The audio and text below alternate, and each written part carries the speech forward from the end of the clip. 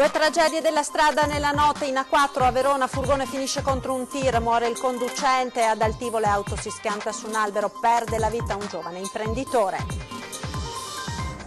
Investite da un'auto pirata mentre stanno per entrare in pizzeria per una serata di festeggiamenti natalizi con colleghi ed amici. Gravi due infermiere a Campo San Piero. Autonomia, ieri il Consiglio dei Ministri, tracciata la roadmap il 15 febbraio, la proposta dello Stato alle regioni per la firma dell'intesa. Scontro tra due barche in laguna zona Pellestrina, 2 persone si salvano, un 50enne disperso, la ricerca dei vigili del fuoco. Promettevano di poter moltiplicare le banconote con un esperimento chimico, banda di truffatori scoperta dalla Guardia di Finanza, tra le vittime un imprenditore. Un'Europa che deve cambiare o alimenterà ancora rabbia e insoddisfazione, la riflessione del Patriarca di Venezia nel suo incontro di fine anno. Tutti in bici per solidarietà nel giorno della vigilia di Natale, rigorosamente vestiti di rosso e con la barba bianca, 8ª edizione per la Baby Bike in favore della pediatria dell'ospedale di Padova. Buona giornata e ben ritrovati con la prima edizione dei telegiornali di Antenna 3. In primo piano la cronaca. È stata una nottata di sangue sulle strade della nostra regione, quella appena trascorsa. Un conducente morto sul colpo ed altre 2 persone ferite. È il bilancio tragico del grave incidente che si è verificato a Verona sull'autostrada A4 poco dopo le 22, esattamente tra i caselli di Verona Est e Verona Sud. Secondo una prima ricostruzione dei fatti ci sarebbe stato un doppio tamponamento. Nel mirino sarebbero rimaste coinvolte 2 vetture dove si trovavano le persone rimaste ferite in modo grave, mentre un secondo furgone è andato a schiantarsi contro un mezzo pesante rimanendo incastrato. E poi nel Trevigiano con altri 2 gravi incidenti che si sono verificati nella notte, uno in città a Treviso, l'altro mortale purtroppo ad Altivole. Sentiamo. Un improvviso schianto nel pieno della notte è risultato fatale al 46enne Massimo Quattoni, imprenditore residente a Rossano Veneto. Per ragioni ancora da chiarire, mentre percorreva via Castellana ad Altivole, l'uomo ha perso il controllo della sua Mercedes, che è fuoriuscita dalla sede stradale andandosi a schiantare contro un albero nei pressi di un cantiere. Inutili purtroppo i soccorsi del SUEM 118 e dei vigili del fuoco, giunti prontamente sul posto. L'impatto è stato così violento da non lasciare scampo all'uomo. È di 3 feriti invece il bilancio di un altro grave incidente avvenuto ieri sera verso le 22 a Treviso, all'incrocio tra Viale della Repubblica e Via Comunale delle Corti. Il violento impatto frontale tra una Porsche ed una Mercedes ha ridotto le 2 vetture ad un groviglio di lamiere, costringendo i vigili del fuoco ad intervenire per liberare una delle persone coinvolte, rimasta incastrata a bordo dell'auto. Alla fine, al pronto soccorso del Cafoncello sono state portate 2 donne di 27 e 28 anni, con ferite gravi ma non in pericolo di vita, ed un 41enne con ferite di media entità. Ed un altro grave incidente nel Padovano, investite da un'auto pirata mentre stanno per entrare in pizzeria per una serata di festeggiamenti natalizi con amici e colleghi. Ora 2 infermiere sono ricoverate in serie condizioni. Sentiamo. Villanova di Campo San Piero, via Ampezzon. In pieno graticolato romano l'incidente è avvenuto alle 21 di un venerdì prenatalizio che doveva essere di festa. 2 infermiere quarantenni stanno entrando in una nota pizzeria della zona quando arriva un'auto. Pare si tratti di una BMW Serie 3 che li investe in pieno e poi scappa. Una delle 2 donne viene sbalzata in un fossato vicino, immediati scattano i soccorsi, arrivano le ambulanze dall'ospedale di Padova e di Campo San Piero, le condizioni appaiono gravi. Sul posto anche la polizia stradale di Piove di Sacco che è alla ricerca di ogni possibile indizio per rintracciare l'auto pirata. Nessuna delle 2 donne è in prognosi riservata, ma entrambe sono ricoverate. Torniamo ora a parlare dell'autonomia del Veneto dopo le decisioni del Consiglio dei Ministri di ieri. Sentiamo. Ci siamo impegnati entro il 15 gennaio a chiudere il lavoro tecnico per quanto di competenza statale, quindi fra il Ministero delle Autonomie e tutti gli altri ministeri. Con parecchi ministeri già la partita è chiusa, con gli interni, con l'agricoltura, con la pubblica istruzione e con altri l'accordo è già fatto, per arrivare entro il 15 febbraio, il giorno dopo San Valentino, ad avere la proposta dello Stato. La roadmap è tracciata e tra i regali sotto l'albero il Veneto, assieme a Lombardia ed Emilia Romagna, trova la bozza dell'intesa che arriverà, i veneti ci sperano, il prossimo anno. Ma al di là del comunque importante passaggio politico-istituzionale di ieri, qualche malumore tra le fila dei militanti e non solo del Carroccio serpeggia, soprattutto per chi auspicava il passaggio definitivo invece che un'ulteriore dilazione dei tempi, molto probabilmente sollecitata dalla componente grillina del governo. Quel che è certo è che ufficialmente tutti i big della Lega fanno buon viso a cattivo gioco, a partire dal governatore del Veneto Luca Zaia. Direi che ci siamo, noi pancia a terra lavoriamo, niente vacanze, niente svaghi, niente distrazioni, perché comunque il nostro progetto delle 23 materie lo vogliamo realizzare, è in linea con la Costituzione, come abbiamo sempre detto, e questo è il merito di chi? Dei tanti veneti che ci hanno creduto. Un percorso articolato che richiede tempo, ma ormai tracciato, ha spiegato ieri sera il Ministro agli Affari Regionali Erika Stefani. È un grande percorso che è stato cominciato con il referendum di Veneto e Lombardia, che poi è stato portato avanti anche dall'Emilia Romagna e si è arrivati alle firme delle preintese, ma oggi questo risultato lo vediamo veramente molto vicino. E torniamo con la cronaca, andiamo nel veneziano, scontro nella notte tra due imbarcazioni in laguna, zona Pellestrina, 2 persone sono rimaste ferite, un 50enne è disperso. Ci aggiorna al telefono da Venezia Tommaso Stoppa. Buongiorno Tommaso. Sì, buongiorno da Venezia, dove da questa notte i vigili del fuoco sono impegnati nelle ricerche di un uomo di 50 anni che risulta disperso dopo un incidente nautico nella laguna di Venezia. L'uomo si trovava a bordo di un'imbarcazione che è affondata dopo essersi scontrata con un'altra barca nella zona di Valle Sette Morti tra l'isola di Pellestrina e la terraferma di Chioggia. 2 persone sono state messe in salvo da un peschereccio di passaggio, entrambe si trovavano in ipotermia e sono state accompagnate all'ospedale per le cure. Il terzo invece, questo 50enne, risulta ancora disperso. Sono in corso in questo momento le operazioni di recupero del barchino affondato, oltre naturalmente a quelle di ricerca dell'uomo. Sul posto sono intervenuti anche i carabinieri per capire che cosa sia successo. Vicenda dunque in evoluzione, ulteriori aggiornamenti nelle prossime edizioni dei nostri telegiornali. Nel Vicentino ora con la truffa delle banconote, sgominata la banda, sentiamo i dettagli al telefono da Gabriella Basso, buongiorno. Buongiorno da Attiene, dove la Guardia di Finanza ha smascherato un'organizzazione moltiplicatrice di banconote. In particolare ha denunciato all'autorità giudiziaria 4 persone colte in flagrante del reato mentre cercavano di truffare un imprenditore locale chiedendo denaro contante e promettendone la duplicazione. Al malcapitato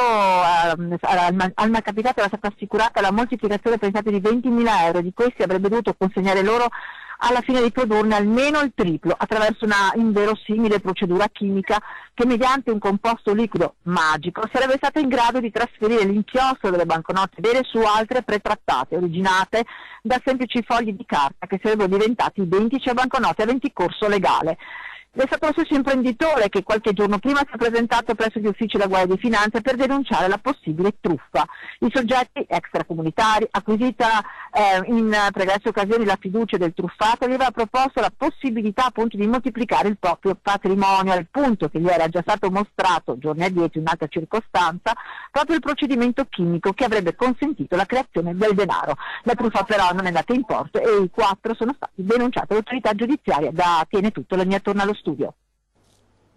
La sanità ora, macchinari per la circolazione extracorporea fuori dalle sale operatorie delle cardiochirurgie, screening dei pazienti con sintomi sospetti, le indicazioni dei microbiologi contro le infezioni da micobatterio chimera che in Veneto ha già causato 6 decessi. Sentiamo. Batterio Killer, l'associazione di microbiologia ha stilato un documento che stabilisce in maniera chiara tutti gli aspetti di prevenzione e controllo nelle sale operatorie dove si sono verificati casi di infezione da Mycobatterio chimera dovuti alla contaminazione delle macchine utilizzate per la circolazione extracorporea durante gli interventi di cardiochirurgia. A Mestre, come a Treviso, le sale operatorie delle cardiochirurgie sono sicure, fanno sapere i direttori delle unità di microbiologia che coordinano le unità di crisi create dopo i 6 decessi ed il richiamo di circa 10.000 pazienti operati a cuore aperto in Veneto dal 2010 al 2017. Sono state adottate tutte le misure di decontaminazione delle strumentazioni e in più abbiamo messo la macchina, lo strumento, al di fuori della sala operatoria, collegata con un aspiratore per rendere assolutamente sicuro qualsiasi tipo di intervento chirurgico. Attivati inoltre tutti i controlli non solo nell'acqua utilizzata per il raffreddamento del macchinario, ma anche dell'aria dove dall'acqua nebulizzata il micobatterio può diffondersi ed infettare i pazienti. Oltre a questo sono state date delle indicazioni a livello nazionale per l'eventuale screening di quei pazienti che post intervento chirurgico hanno dei sintomi che possono essere correlati ad un'eventuale infezione da Mycobacterium chimere. Questi pazienti vengono quindi inviati nei reparti malattie infettive e sottoposti a tutti gli accertamenti per verificare o meno la presenza dell'infezione. Migliaia le chiamate giunte all'ospedale di Treviso, 3 fino ad ora i casi sospetti. La sicurezza a Padova, ora con il bilancio del questore sulla sperimentazione del taser, la pistola elettrica. Vediamo. 7 settembre 2018 a Padova, scelta con altre 11 città per la fase sperimentale, arriva la pistola a impulsi elettrici, il taser. Da quel momento ne sono dotati gli agenti in servizio alle volanti. Il bilancio, come precisa il questore Paolo Fassari nel suo rendiconto di fine anno, è più che positivo. Il taser viene usato 4 volte, 3 basta estrarre la pistola per calmare gli agitati. In ospedale invece uno straniero viene neutralizzato con 2 dardi senza alcun danno per la sua salute. Non abbiamo mai avuto nel loro uso degli effetti preoccupanti né nel momento in cui l'abbiamo esibito e quindi abbiamo fatto solo il colpo di prova, e molto spesso questo è bastato come deterrente per far desistere, ma anche quelle volte in cui l'abbiamo utilizzato ha avuto proprio l'effetto che doveva avere, cioè soltanto di immobilizzare e stordire soltanto pochi secondi in modo da immobilizzare e ammanettare le persone. Un beneficio anche per gli agenti. Prima dell'introduzione del taser 27 persone sono finite in ospedale per colluttazioni e da quando è successa questa cosa credo che siano state 1 o 2 le volte in cui questo non è successo. Noi auspichiamo che questo sistema sia quello che sia adottato da tutta la Polizia di Stato, da tutte le forze di polizia e anche dalle polizie locali. Confermata la sperimentazione, Padova si trova a fare i conti a fine anno, diminuiti i reati, spaccate comprese rispetto al 2017. A preoccupare sono i crimini informatici e lo spaccio di stupefacenti, una piaga che coinvolge sempre più ragazzi. 800 le persone fermate anche per guida in stato di ubriachezza, ma questo 2018 che si chiude è anche l'anno della firma del protocollo per la costruzione della nuova questura nell'ex via Anelli, nella zona est della città. Intanto dovrebbe essere trasferito entro il 2019 l'ufficio stranieri. La rabbia e l'insoddisfazione di molti nei confronti di questa Europa al centro delle riflessioni di fine anno del Patriarca di Venezia, Francesco Moraglia. Sentiamo. È un augurio venato di preoccupazioni per il futuro quello che il Patriarca di Venezia, Francesco Moraglia, rivolge a cristiani e non a pochi giorni dal Natale. Il prossimo anno, ricorda, ci aspetta un appuntamento elettorale cruciale, quello delle elezioni europee, al quale molti italiani stanno andando incontro con un sentimento di rancore e insoddisfazione. C'è un fallimento di qualcosa che riguarda la classe media, che non si sente più tutelata e rappresentata, cioè lo dobbiamo dire con una certa convinzione, anche gestito male la globalizzazione. Non potremmo fare a meno dell'Europa, ma l'Europa deve cambiare, sostiene il Patriarca, perché troppi errori sono stati fatti. La globalizzazione ha portato a situazioni di sofferenza e non ha garantito il benessere promesso, mentre alcuni Stati hanno provato a imporre la loro visione, creando la sensazione di non ritrovarsi più in un progetto comune.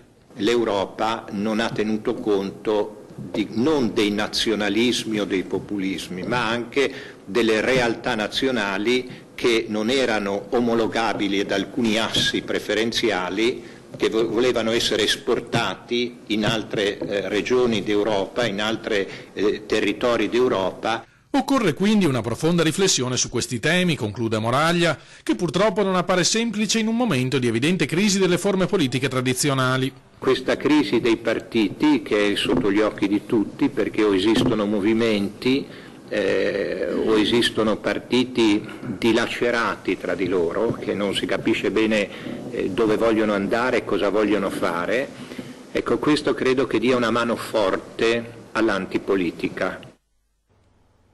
Ci fermiamo ora per la pubblicità. A tra poco.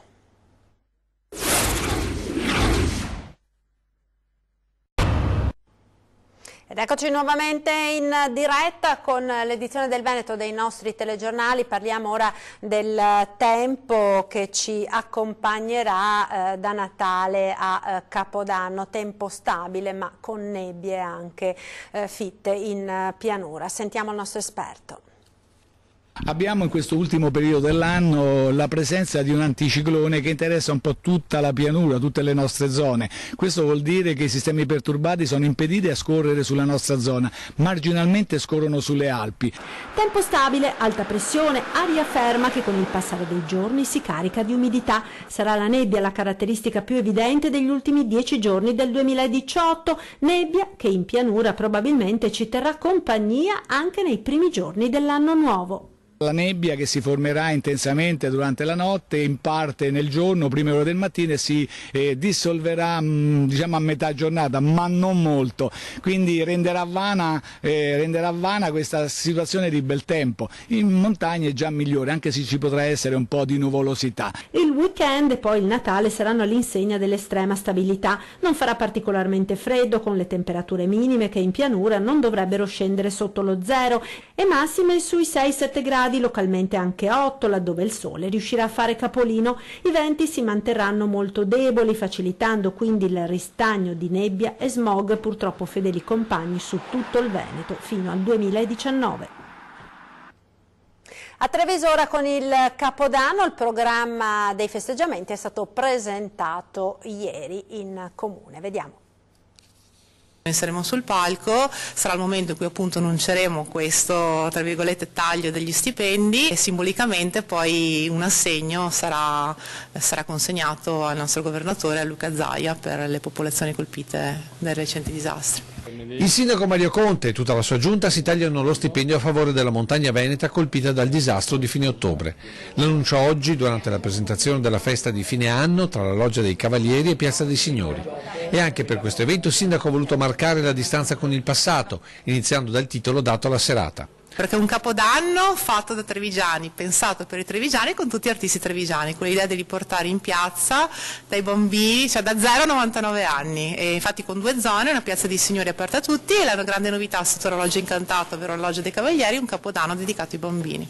Nuovo capitolo dunque, cominciando dal conduttore, a Igor Barbazza, volto di 100 vetrine di Don Matteo, Trevigiano Doc, il compito di presentare volti e voci della marca divenuti famosi, ma anche la serie di ballerini che si alterneranno sul palco di Piazzetta Aldo Moro.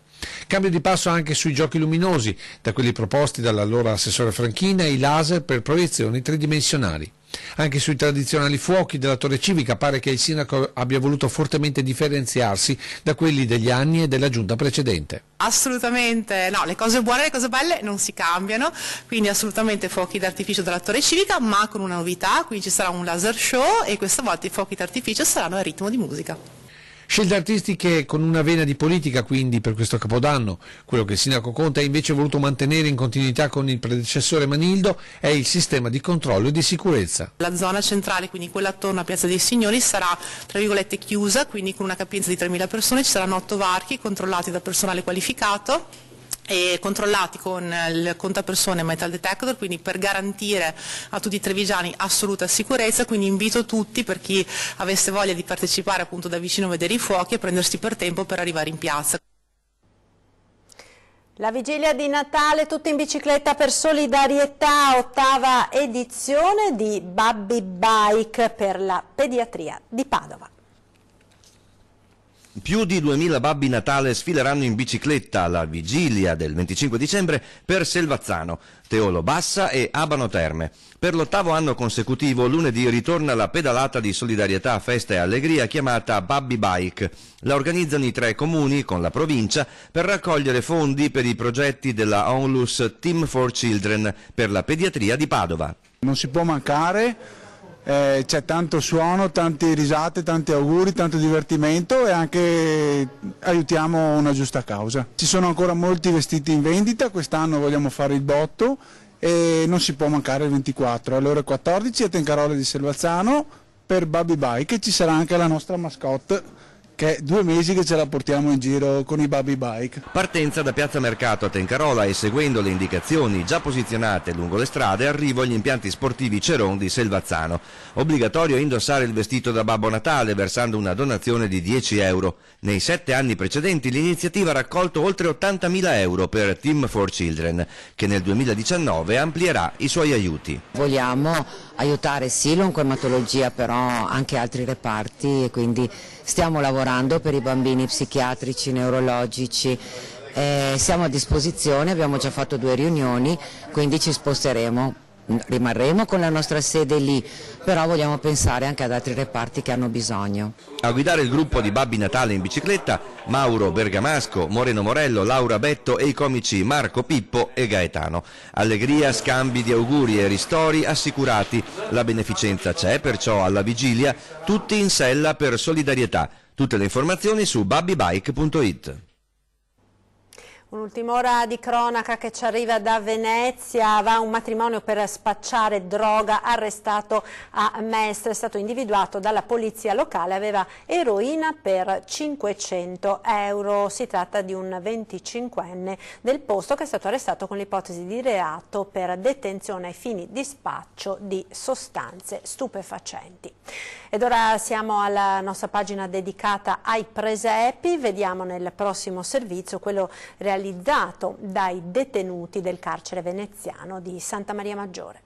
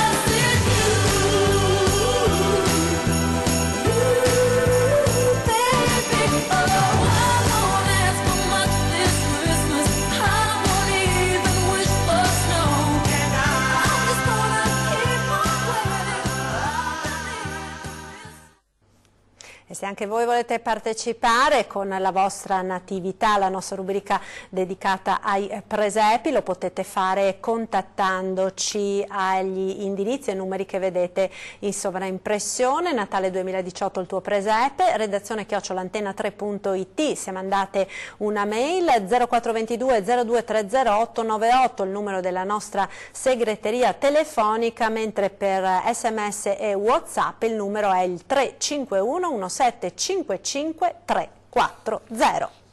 Grazie per essere stati con noi, vi lascio come sempre alle previsioni del tempo per le prossime ore. A tutti un buon pomeriggio.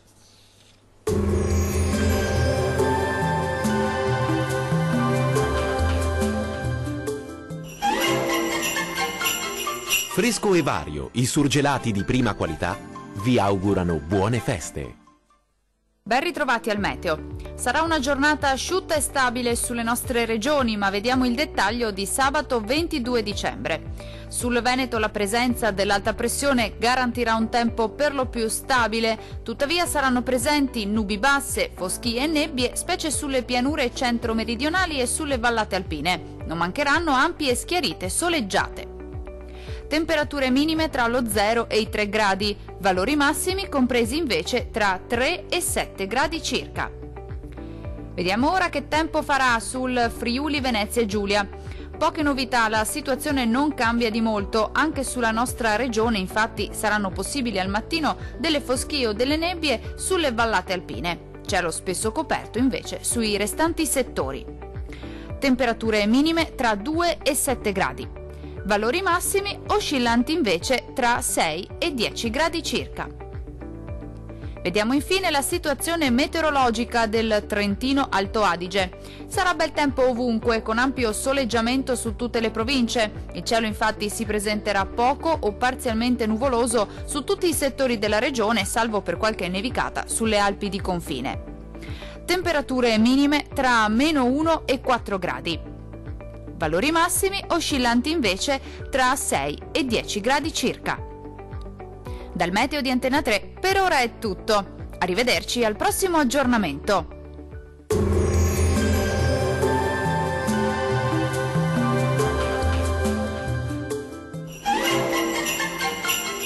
Fresco e vario, i surgelati di prima qualità vi augurano buone feste.